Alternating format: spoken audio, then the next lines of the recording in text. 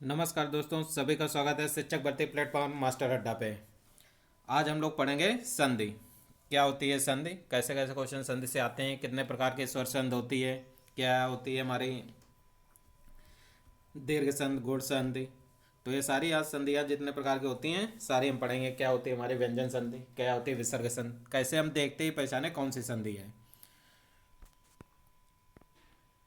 अभी तक आप लोग हमारे चैनल को सब्सक्राइब ना करें तो यूट्यूब में सब्सक्राइब जरूर कर लें मास्टर अड्डा को। चलो अब शुरू करते हैं हम लोग। क्या होती है संधि।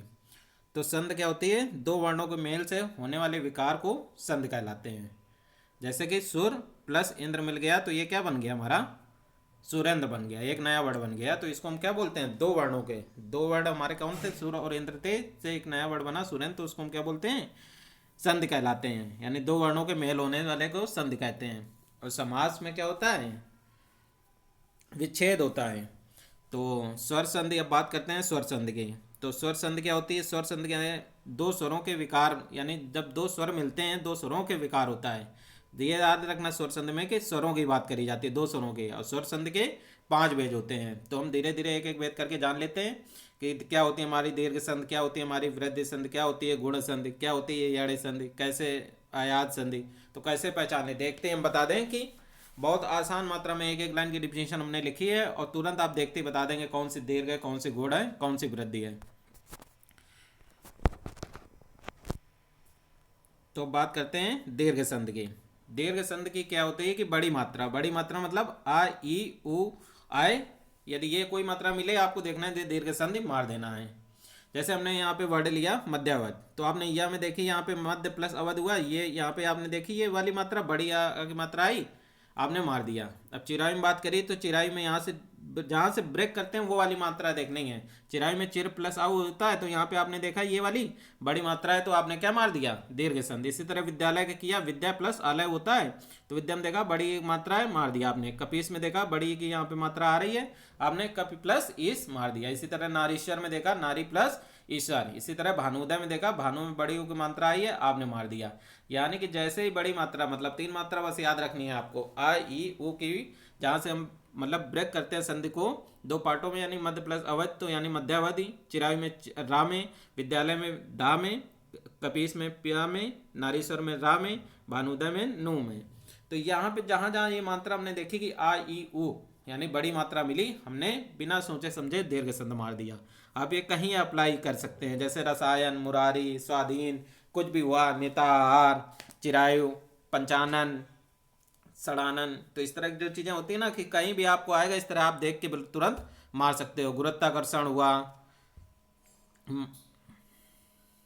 महात्मा हुआ, परमात्मा हुआ, विद्यार्थी हुआ, द्वारकाधीश हुआ। तो ये सारे सारे हमारे किसके एग्जाम्पल हो जाएंगे, दीर्घ संधि के होंगे।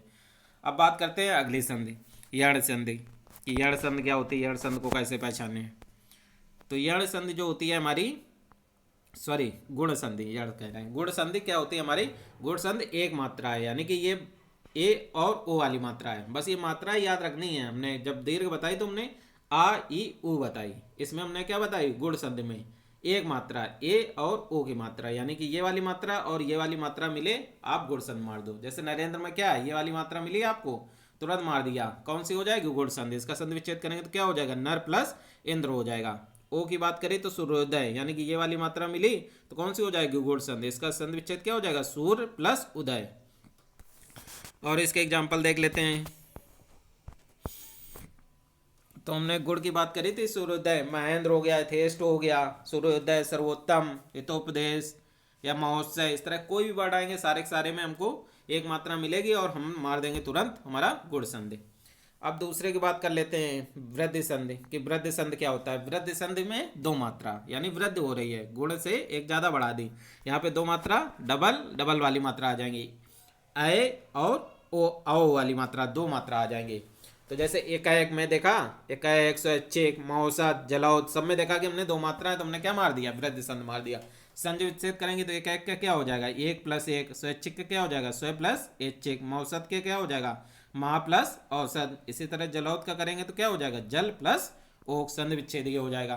तो मात्रा देख के ही बस हमें संधि पहचाननी है। तो हम संधि विच्छेद भी बताते जा रहे हैं कैसे संधि विच्छेद करना है ये भी। तो तो आपको दीर्घ गुण और वृद्धि समझ में आ गई होगी। अब अगले चलते हैं यड़ संधि कि यड़ में क्या होता है। तो यड़ तो बहुत पहचान ईजी होता है।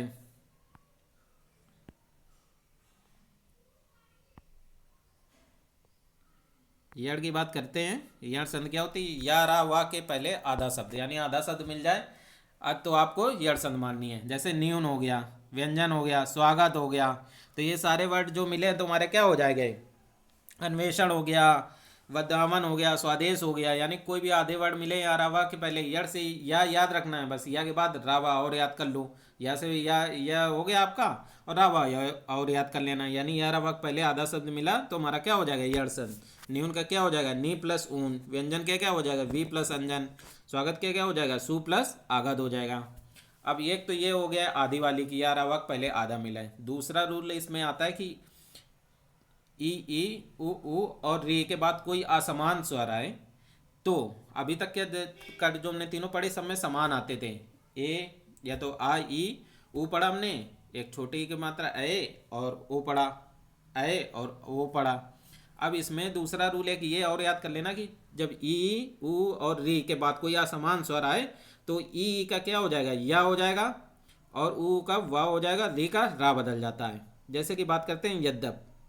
यद्यप के बाद क्या आया? पा आया यहाँ पे, तो यद प्लस अप हो जाएगा। इसी तरह पितृपदेश, पितृपदेश में ये वाली त्रा आई तो पितृ प्लस उपदेश, यानी कि रा में बदल जाएगा। ये वाला त्रि होता था जो रा में बदल जाएगा। इसी तरह की मात्रानंद की बात करेंगे तो मात्र मात्र प्लस आनंद हो गया कि त्रि को रा में बदल जाएगा। तो बस ये दूसरा रूल याद रखना। एक तो यारा वाला ला हो गया हमारा, सॉरी यारा वाह हो गया कि आधा वर्ड आए तो हमारा क्या हो जाएगा? यड़ संधि हो जाएगी। दूसरा हमारा है कि असमान स्वर आए, यानी ई ऊ और री के बाद कोई भी असमान स्वर आए तो हमारा ई का क्या हो जाएगा? या में कन्वर्ट हो जाएगा, ऊ का वा में कन्वर्ट हो जाएगा और री का रा में कन्वर्ट हो जाएगा।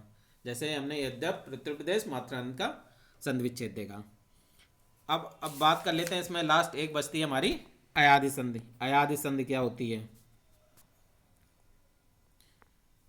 स्वर्ग हमारे 5 होते थे, वे तो 5 हमने पढ़ लिया। दीर्घ, दीर्घ गुण, वृद्धि, यण और लास्ट है अयादि संधि। अयाद क्या होता है? अयाद और ही सरल होती है कि अय, आओ और औ, ये कोई भी उच्चारण में आए, ये जब वर्ड का उच्चारण करें यानी कि अय, आओ, औ मिले उच्चारण में तो हमारा क्या हो जाएगा? अयाद संधि हो जाएगी। और ये दूसरी ट्रिक इनके ज़्यादातर 3 अक्षर के शब्द होते हैं, जैसे नयन, नायक, पवन, पवित्र, श्रावण। अब इनको पढ़ोगे, नयन ये मिला अय, नायक मिला तो आवक मिला ये, इसी तरह पवन करोगे तो अव मिला, पवित्र करोगे तो इस तरह के ये सारे वर्ड हमको मिलते जाते हैं। तो इनमें कोई भी सब देख रहे हैं कि आप ज़्यादातर 3 अक्षर के, ये सारे 3 वर्ड के हैं। नयन का करोगे ने प्लस अन, नायक का करोगे नय प्लस अक, पवन का करोगे पो प्लस अन हो जाएगा। इसी तरह पवित्र का करोगे पो प्लस इत्र हो जाएगा। श्रावण का करोगे श्रव प्लस अन हो जाएगा संधि विच्छेद। तो अयाद संधि हो गई। तो इनको बस देखते ही तुरंत पहचाना है। यदि आपको ये ट्रिकें छोटी छोटी पता होंगी, आप जैसे देखेंगे तुरंत मार देंगे कि इसकी क्या संधि विच्छेद होगी और कौन सी संधि होगी। अब 2 और हमारी बचती हैं स्वर के अलावा की व्यंजन, क्योंकि जो संधि के होते थे 3 भेद होते थे, स्वर, व्यंजन और विसर्ग। तो स्वर के तो हमने सारे पार्ट 5 पढ़ लिए। क्या होती है? दीर्घ, दीर्घ में हमारी आ ई ऊ की मात्रा है, और हमारी उसके बाद गुड़ की बात करी तो गुड़ में हमारी ए ओ की मात्रा है। वृद्धि की बात करी तो ए ओ की मात्रा आ जाए, और हमने यड़ की बात करी तो या रा वा के बाद आधा शब्द यद आ रहा है, पहले आ रहा है तो हमारी यड़ हो जाएगी। अयात की बात करी तो अय आओ, आओ आ में कुछ में मिले या ज़्यादातर 3 अक्षर के वर्ड होंगे तो अयाद हो जाएगी। अब बात कर लेते हैं व्यंजन और विसर्गों को कैसे पहचाने।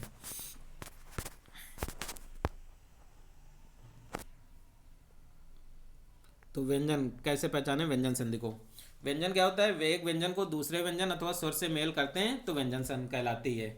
कि यानी इसमें एक व्यंजन जरूर होगा। स्वर में स्वर स्वर ही होते थे, यहाँ पे व्यंजन की बात ही नाम ही है उसका व्यंजन, तो व्यंजन जरूर होगा। अब व्यंजन की बात करते हैं पहचानने की, तो कोई भी ये आधा लेटर या मिल जाए, ना, दा, चा, ला, जा, तो ये सब किस में कन्वर्ट हो जाते हैं? ता में कन्वर्ट हो जाते हैं।